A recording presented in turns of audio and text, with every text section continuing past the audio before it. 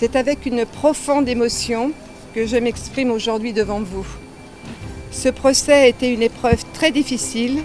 51 accusations, 51 fois on a entendu le juge le répéter, coupable pour la plupart de viol aggravé sur la personne de Gisèle Pelicot. 20 ans pour le principal accusé, son mari, qui est le chef d'orchestre de toute cette horreur, qui lui recrutait des hommes sur Internet pour qu'ils viennent à la résidence violer sa conjointe alors qu'elle était droguée, endormie. Et pour ces 50 co-accusés qui sont tous reconnus coupables, les sentences varient.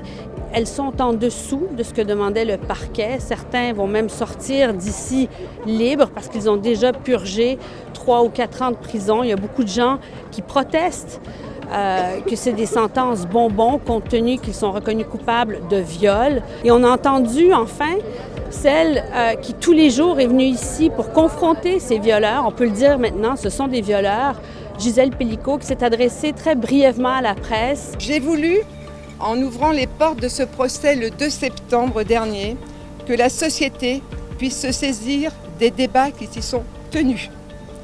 Je n'ai jamais regretté cette décision. Elle va sortir et toujours ces centaines de supporters qui sont là pour la remercier. C'est ce qu'on entend le plus souvent. Merci, merci Gisèle d'avoir ouvert le huis clos. Et la voilà qui sort, Gisèle Pelicot, au terme d'un verdict historique qui a suscité un débat en France et qui va continuer de le susciter, même si certaines disent aujourd'hui que les sentences ne sont pas suffisantes.